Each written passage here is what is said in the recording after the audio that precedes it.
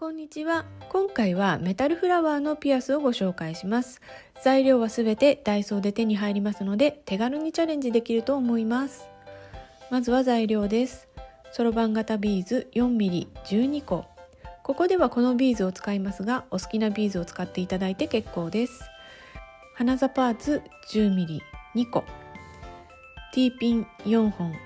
Q ピン8本。丸カン4個。ピアス金具2個。まずビーズに T ピンを通して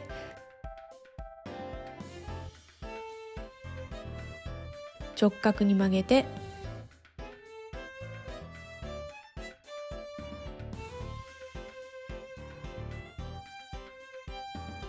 曲げたところから1センチ弱くらいのところをニッパーでカットします。丸やっとこでピンを丸めます。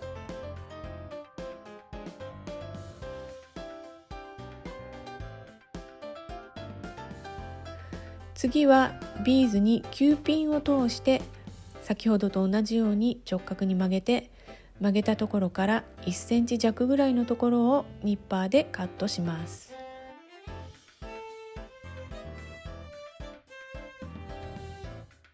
このように輪の向きを揃えておきます。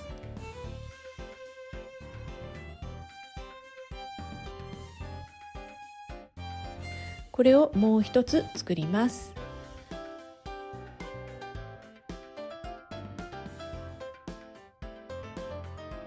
T ピン、Q ピン、Q ピンの順につなぎます。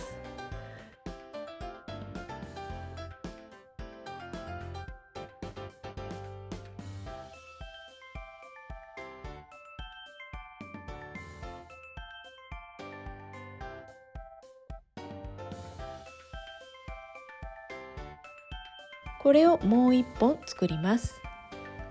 花座パーツの花びらになっているところを軽く広げます。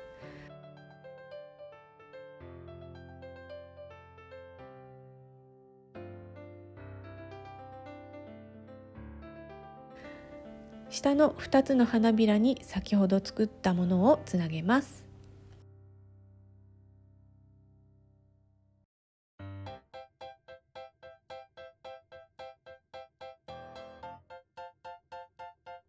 この時ピンに隙間ができないように閉じてください。花座パーツが非常に薄いので隙間があると通り抜けてしまいます。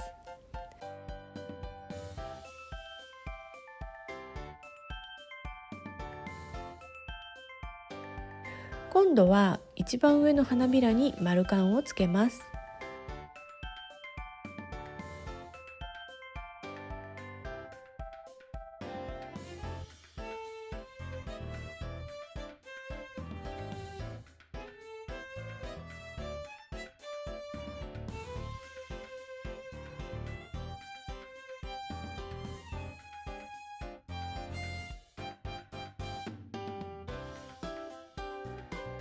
もう一つ丸カンを開いてピアス金具を向きに気をつけながら通して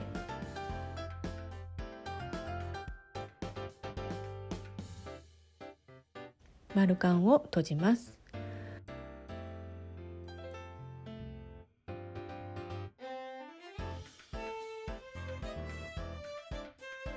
同じものをもう一つ作ったらメタルフラワーのピアスの完成です。というわけで花座パーツのちょっと変わった使い方でした。ぜひ作ってみてね。